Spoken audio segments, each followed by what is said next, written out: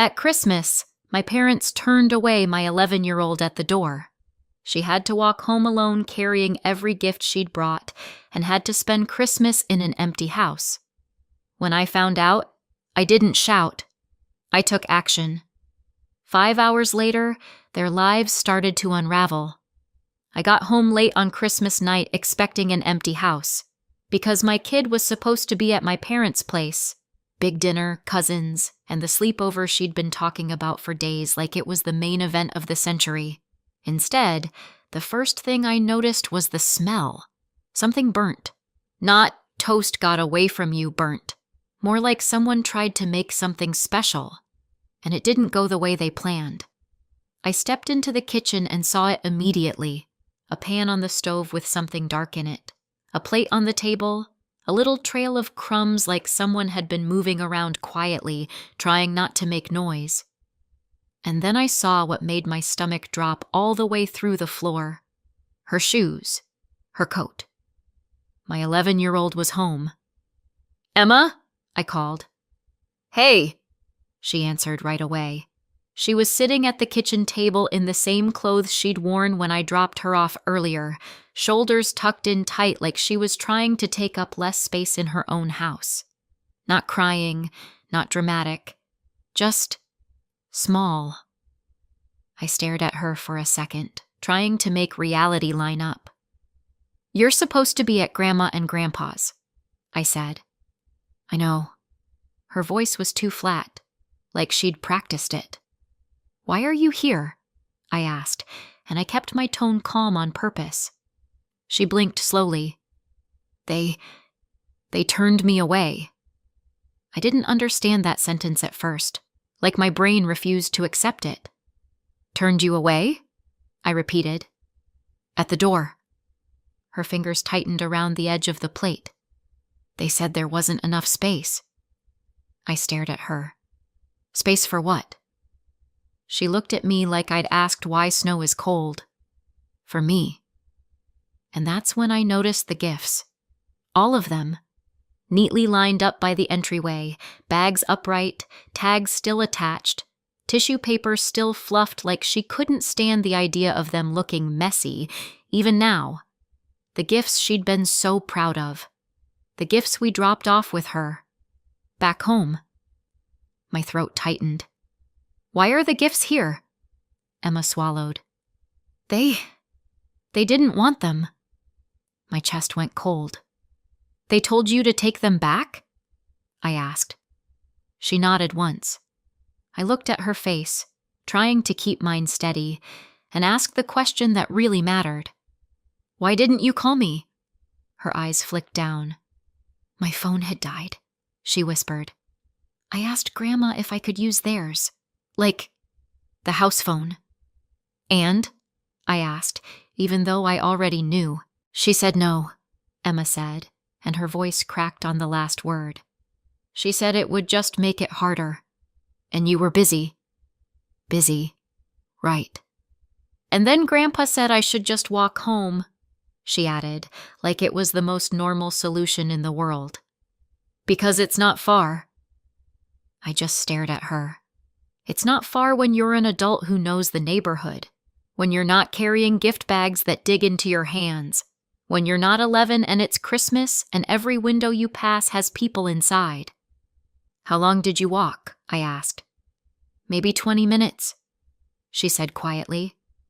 I didn't really know which way at first, because we always drive. Something sharp moved under my ribs and stayed there. I glanced back at the stove, then at the plate in front of her. "And this?" I said softly. "You tried to cook?" Her cheeks flushed like she'd been caught stealing. "I got hungry," she whispered. "And I wanted to, I don't know, make it feel like Christmas." That landed harder than the door turning away. "I watched a video," she added quickly. "I tried. It just burned." She pointed at the pan. "It's fine. I opened the window." The fact that she was trying to reassure me, like she was the problem, made my throat ache. I pulled a chair out and sat beside her. "Start from the beginning," I said gently. She took a breath that shook. You dropped me off and I went right up, she said. Like you told me. I nodded. Grandma opened the door and Emma's eyes slid away. Looked surprised. Like she forgot I was coming. My jaw tightened. Then Aunt Dana said, "Oh. Just, oh." Emma's mouth twisted.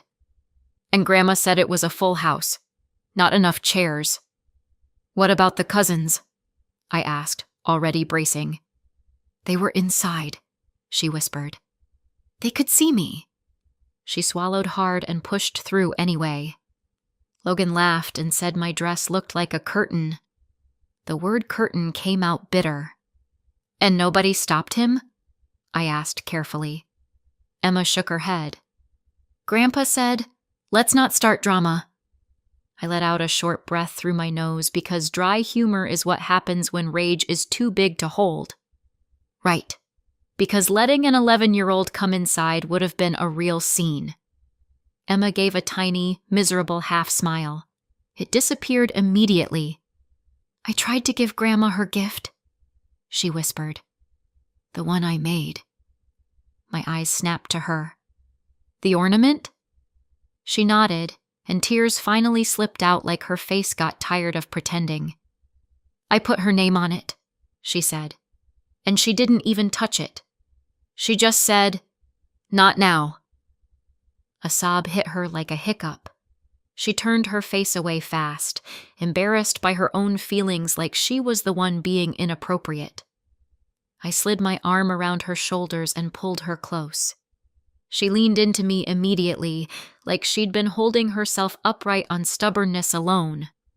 "I'm sorry," she whispered into my sweater. "No," I said, steady. "You don't apologize for this." She sniffed. "I ruined Christmas." "You didn't ruin anything," I said. "They did." She wiped her face with her sleeve and stared at the plate. "I tried," she whispered. "I really tried." And that was the whole heartbreak in one sentence. She tried to create Christmas for herself in an empty house because the people who were supposed to love her decided she didn't deserve a chair. I didn't shout. I didn't call my mother and start a screaming match. Emma didn't need to hear that. She didn't need to feel like she caused a war. So I swallowed it. Every sharp word. I held Emma a little tighter. And in my head, something clicked into place. I didn't make a scene. I took action. 5 hours later, their life started to fall apart. I wish I could tell you my parents became like this overnight. It would be comforting in a way, like they caught a virus called entitlement and woke up one morning unable to recognize their own granddaughter. But this wasn't new. It just finally had the audacity to show its face in public. My sister Dana was always the favorite. Not in the subtle parents love you differently way, in the openly distributed scoreboard on the fridge way. Dana was older, louder, easier for them. She was the kid they wanted. I was the kid who showed up later like an unexpected bill. When I was little, my mother used to say things like, "You're so much work." The way some people say, "This suitcase is heavy." Not cruelly, worse, casually, like it was a fact of nature. Like needing care was a character flaw. By the time I was old enough to understand tone, I understood mine. Burden. And then I got pregnant. Young. Unplanned. The father barely qualified as present for the part where you need an actual human being. He was around just enough to make promises and then vanish like smoke. I never walked into my parents' house and asked them to fund my life. I didn't have the energy for it. I was too busy being terrified. But they treated me like I'd already sent them an invoice. My father's first reaction was, "So what? We're supposed to pay for this?" My mother's was, "You're ruining this family." As if my pregnancy had personally set fire to their curtains. They bought me a onesie once. One. My mother held it up like she'd sponsored a small village. "See?" she told relatives. "We help her." Then she went back to her life. Dana, of course, played the part of concerned sister. She would show up with advice and disappear the second anything required actual effort. She'd cry when it made her look good. She'd talk about sacrifices she never made. I moved out. I raised Emma alone. I postponed college. I worked an office job because I needed steady hours and a paycheck that didn't bounce. I took evening classes when I could, the kind where you eat dinner out of a plastic container in your car and pretend that's normal. It wasn't glamorous. It was survival. And if I'm honest, survival suited me better than begging. The one person who didn't treat me like a mistake was my grandmother, Ruth. She never asked why I wasn't more careful. She never made me apologize for needing help. She just showed up in the ways she could. Grandma wasn't perfect. She was blunt. She was frugal to the point of comedy. She once told me, "If you buy something full price, you deserve what happens to you," like it was a moral principle. But she was love, in a family that treated love like a limited resource. As she got older, she developed leg issues, pain, weakness, the kind that makes short distances feel like mountains. She could still think clearly. She could still roast you with one sentence. But moving around became harder. And my parents? They acted like she was inconvenient. They'd call her to check in and then brag about it. They'd visit once a month, take a photo, and post it with captions like, "Family is everything." Then they'd leave and not come back. Dana was the same. If Grandma was a person, Dana forgot she existed. If Grandma was an inheritance, suddenly Dana cared deeply. I was the one who drove Grandma to appointments, the one who brought groceries, the one who learned how to help her safely so she wouldn't fall when she stood up. I even took a short caregiving course because I was tired of feeling like I was guessing with someone I loved.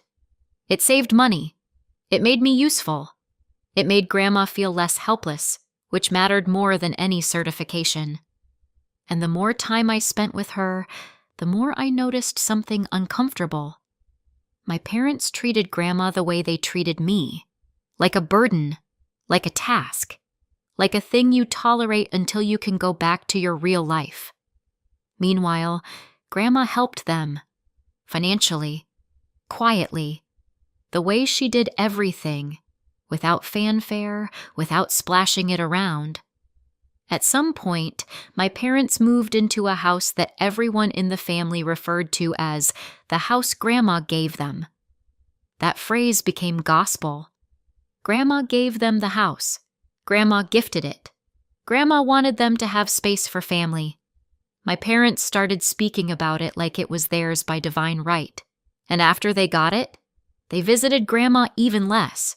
It was almost impressive, the way they treated generosity like a completion stamp. Like once Grandma gave them something, she had no further value. Grandma, meanwhile, lived in a small rental by choice. She said it was easier, less to clean, less to worry about. She didn't want a big place to manage by herself. She liked comfort, not attention. And that's why Christmas mattered. Grandma couldn't join the big celebration this year. Her legs were worse. The idea of a crowded house and stairs and chaos was too much. My parents didn't offer to go to her. They didn't offer to bring dinner. They didn't even offer to FaceTime her until I suggested it. So I chose her. And I chose Emma too, by letting her have the big family Christmas she'd been dreaming of. My parents' house was always fancy and organized, the way Emma loved. Kids' friends invited, games, cookies, a cousin's sleepover that felt like a rite of passage. Emma put her whole heart into those gifts. She saved. She made things. She worried about what people would like. She was proud of it. She didn't mind me not coming because to her, it was still family. That's what made it so crushing when they told her she should celebrate with someone else. Not enough chairs. Not enough space. Not enough room for her. And while they sat around their table feeling satisfied with their perfect Christmas, they didn't know what was already starting to unravel. That night, I had 2 jobs. Get my daughter back to herself and keep my parents from doing any more damage while she was still bleeding on the inside. Emma wasn't dramatic about it. That was the problem.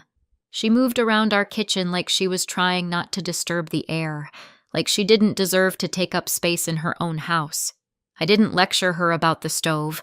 I didn't point at the burnt pan like it was Exhibit A and why you shouldn't cook alone. We could talk about safety later. Tonight, the bigger emergency was shame. So I did what moms do when they don't have the right words. I made hot chocolate and pretended I wasn't furious enough to chew through drywall. Extra marshmallows, because trauma is not the time to practice moderation. Emma sat at the table with her mug between her hands like it was the only warm thing left in the world. Every few minutes her eyes drifted to the gifts lined up by the door, still perfect, still unwanted. I kept catching myself thinking, I should drive over there. I should knock. I should make them say it to my face. And then I'd look at my daughter's shoulders, how tight they were, how small she'd made herself, and I'd swallow it. Because I wasn't going to turn her night into a screaming match soundtrack. Then my phone buzzed. Grandma Ruth. Not a long, chatty call. Grandma Ruth didn't do long and chatty unless she was giving you advice you didn't ask for. She did check-ins. Practical, efficient. I answered and put it on speaker because my hands were busy and because Emma's whole face lifted just hearing the ringtone. Hey, Grandma. Put me where I can see you, she said immediately. No hello. Grandma didn't waste time on greetings when she could be efficient with love. So I switched to video. Grandma appeared on my screen with her glasses on, and that look she got when she was about to correct someone's pronunciation. Emma leaned toward the phone like it was a window. Merry Christmas, Great-Grandma, she said, trying so hard to sound normal that it made my throat tighten. Grandma's face softened. Merry Christmas, sweetheart. Emma smiled. It lasted half a second. Then it wobbled, and the tears showed up anyway. Quiet, stubborn tears she didn't want anyone to see. Grandma didn't miss it. Grandma never missed it. What happened? She asked, calm but sharp, like her brain had already started putting pieces together. Emma glanced at me with that kid panic. Don't get anyone in trouble. And then she broke anyway, because truth doesn't stay trapped forever. They wouldn't let me in, she whispered.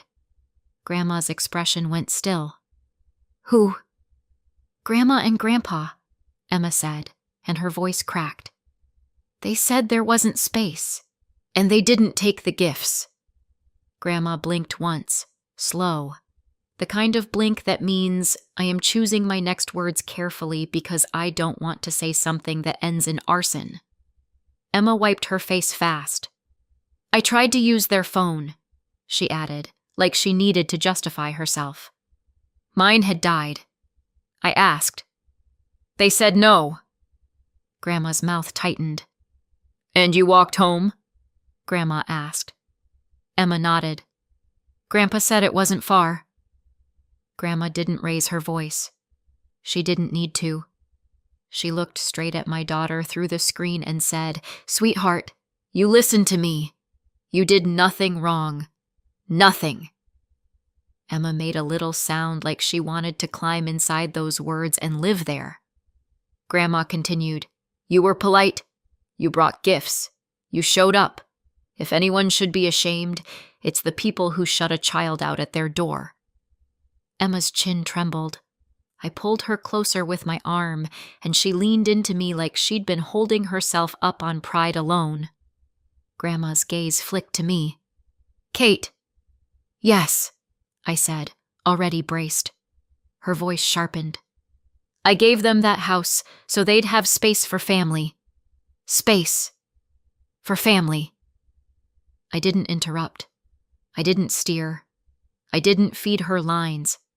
I just sat there, holding my child, letting Grandma connect her own dots. Grandma's eyes narrowed. And they used that space to turn my great-grandchild away. I felt my stomach drop, because when Grandma got quiet, people got consequences. I won't allow it, she said.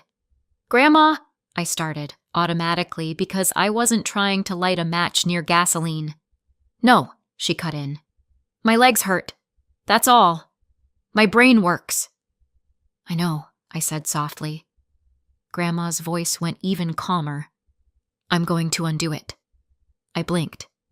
Undo what? The house, she said. I stared at the screen. Grandma, you can't ungift a house.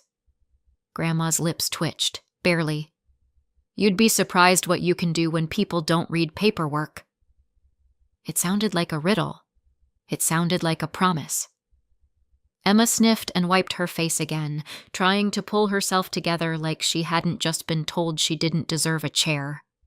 Grandma softened toward her. Finish your cocoa, she ordered gently. And next Christmas, you'll be where you belong. Emma nodded, small and careful. We ended the call a minute later. Grandma told Emma she loved her. Grandma told me to lock my doors. Grandma never missed an opportunity to assume the world was full of criminals, including my parents. After that, I focused on the only thing that mattered: getting my daughter through the rest of the night without letting that shame set like concrete. We watched a movie. We sat under a blanket. Emma fell asleep in that exhausted way kids do when they've held themselves together for too long. And then, before midnight, before my brain could even finish processing Grandma's paperwork comment, my phone rang again. Mom. I answered, and she didn't even inhale first. What did you do? No hello. No, is Emma okay? Just pure, panicked rage. I held the phone away from my ear. What are you talking about? Don't play stupid, she snapped. Grandma called us. On Christmas. She's saying the house isn't ours and we have to move out. My stomach dropped, hard. What? I said, genuinely. You think this is funny? She shrieked. While we were all celebrating, you went over there to poison her against us. I didn't. You're a snake, she spat. You've always been jealous. You've always wanted what we have. I stared at the dark kitchen, at the burnt pan, at the gifts lined up like a silent witness. I don't know what Grandma told you, I said carefully, but I didn't plan anything. I didn't even know. Oh, please, my mother snapped. You've been circling her like a vulture. Something in me went cold and clean. My daughter came home tonight, I said, low. She was turned away at your door. She walked home alone with gifts you refused to take. There was a pause, half a second of silence where I could almost hear her brain searching for a way to make that not matter. Then she hissed, Don't change topics. Of course. You excluded a child, I said. On Christmas. We didn't have enough chairs, she snapped. And she was fine. You're raising her to be dramatic, just like you. She stood outside your door, I said, each word controlled. And you wouldn't even let her use your phone. My mother's voice rose.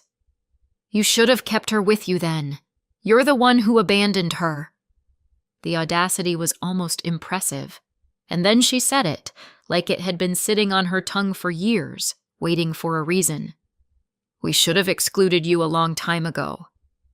Like Emma's Christmas was just collateral damage in a larger project, punishing me for existing.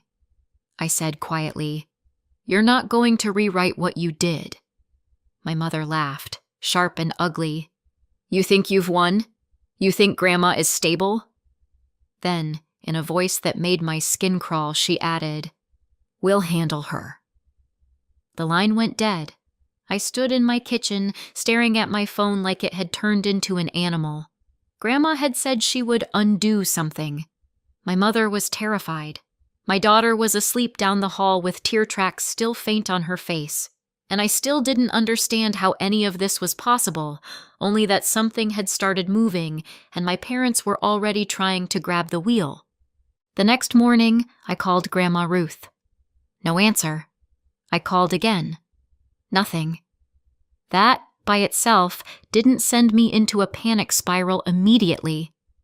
Grandma was many things. Tech-savvy wasn't one of them. Sometimes she'd leave her phone in a drawer and forget the drawer existed. But it didn't sit right in my stomach. I tried again. Still no answer. Emma came into the kitchen rubbing her eyes, hair sticking up like she'd fought a pillow and lost. "Did Great-Grandma call?" she asked softly. "No," I said, keeping my voice light. "Not yet." Emma's mouth tightened. "Is she mad at me?" My heart clenched. "No, baby. No, none of this is your fault." Emma nodded like she wanted to believe me, but shame doesn't disappear because you tell it to. "We're going to go see her," I said. "Okay. We'll bring her the cocoa mix she likes." Emma's face softened a little. "Okay." We drove to Grandma Ruth's place mid-morning. It was quiet, like the world was still recovering from Christmas. I knocked, waited, knocked again. No answer. I tried calling her from the porch. Still nothing.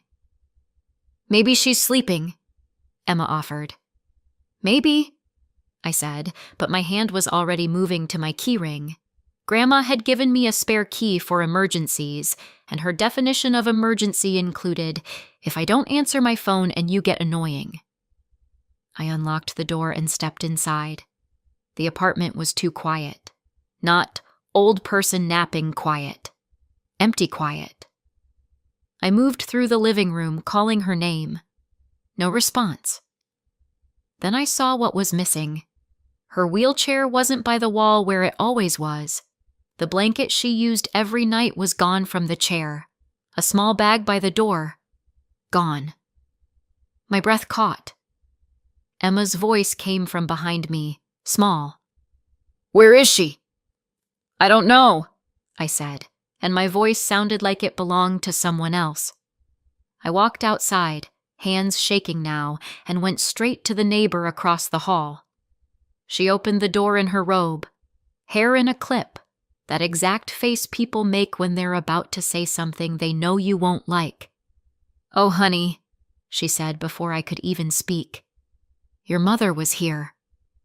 My stomach dropped. "When?" "Early," she said. "Like, morning early. I was taking my trash out. They had a car down front." "Did Grandma go with them?" I asked, and I hated how my voice sounded. Too controlled, too polite, like I was asking about a package delivery. The neighbor hesitated. "They had her chair. Your mother was talking fast. Your grandmother didn't look happy." "Did she say where they were taking her?" I asked. The neighbor shook her head. "No, I didn't hear that part. I'm sorry." Of course she didn't. People like my mother don't announce where they're taking you when you don't have a choice. I thanked the neighbor because I'm apparently the kind of person who says thank you while her life is imploding. Then I walked back into Grandma's apartment and stood there for half a second, trying to decide how to breathe. Emma was by the doorway, gripping the cocoa mix box like it was a weapon. "Did they?" she started. "I don't know," I said. And then, because she's 11 and her brain goes places, I added immediately, "She's alive. She's okay. We're going to find her." I did not believe my own calm voice. I just needed her to borrow it. I called my mom, straight to voicemail. I called again. Voicemail. I called my dad. Voicemail. I stood in the hallway outside Grandma's place, staring at my phone like if I glared hard enough it would start behaving. Emma tugged my sleeve. Maybe they took her to their house? That was the first sensible idea anyone had said all morning. So we drove. The whole way there, I kept checking my mirrors like the world had suddenly become unsafe in a way I couldn't name. Emma sat quietly, eyes fixed on her lap, and I could feel her trying to be good so I wouldn't fall apart. When we pulled into my parents' driveway, I didn't even turn the engine off the normal way. I just killed it and got out. I knocked. Hard. My mother opened the door like she'd been expecting me, and her face was already set for battle. "Where is Grandma?" I said. Her eyes narrowed. "Lower your voice." I stared at her. "Where is Grandma?" "She's fine," my mother snapped. "And you're not barging in here to upset her." "I'm not here to argue," I said, and my voice did that cold thing it does when I'm trying not to explode in front of a child. "I'm here to see my grandmother."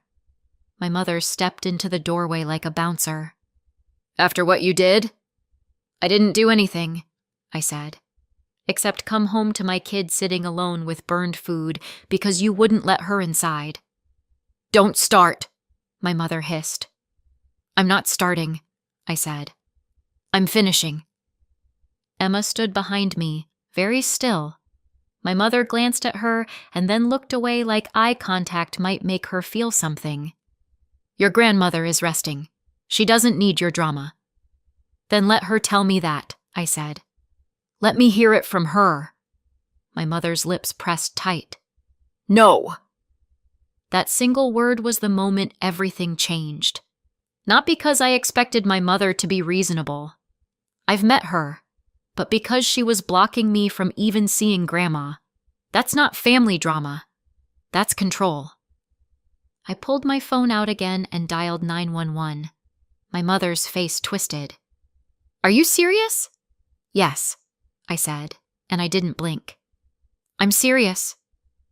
She made a sound like I was embarrassing her, which, honestly, was a nice break from her usual hobby of embarrassing me. I told the dispatcher exactly what I knew. My grandmother was missing from her home. Her mobility equipment and belongings were gone. My mother had taken her early that morning, and my family was refusing to let me confirm she was okay or even speak to her. I didn't give a speech. I didn't theorize. I just gave facts. Emma's hand slid into mine while we waited. Small, cold, trusting. When the officers arrived, my mother immediately switched into her "I pay taxes" voice. "Oh, good," she said brightly, like this was a neighborhood meeting. "There's been a misunderstanding." The officer didn't smile. "We need to see your grandmother." My mother's face tightened. "She's resting." "We still need to see her," he said. Same tone. Not rude. Not negotiable.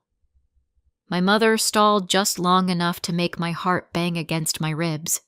Then she stepped aside like she was being personally oppressed. Grandma was in the back room, in her wheelchair, blanket across her lap, eyes sharp. The second she saw me, something in my chest unclenched so hard it almost hurt.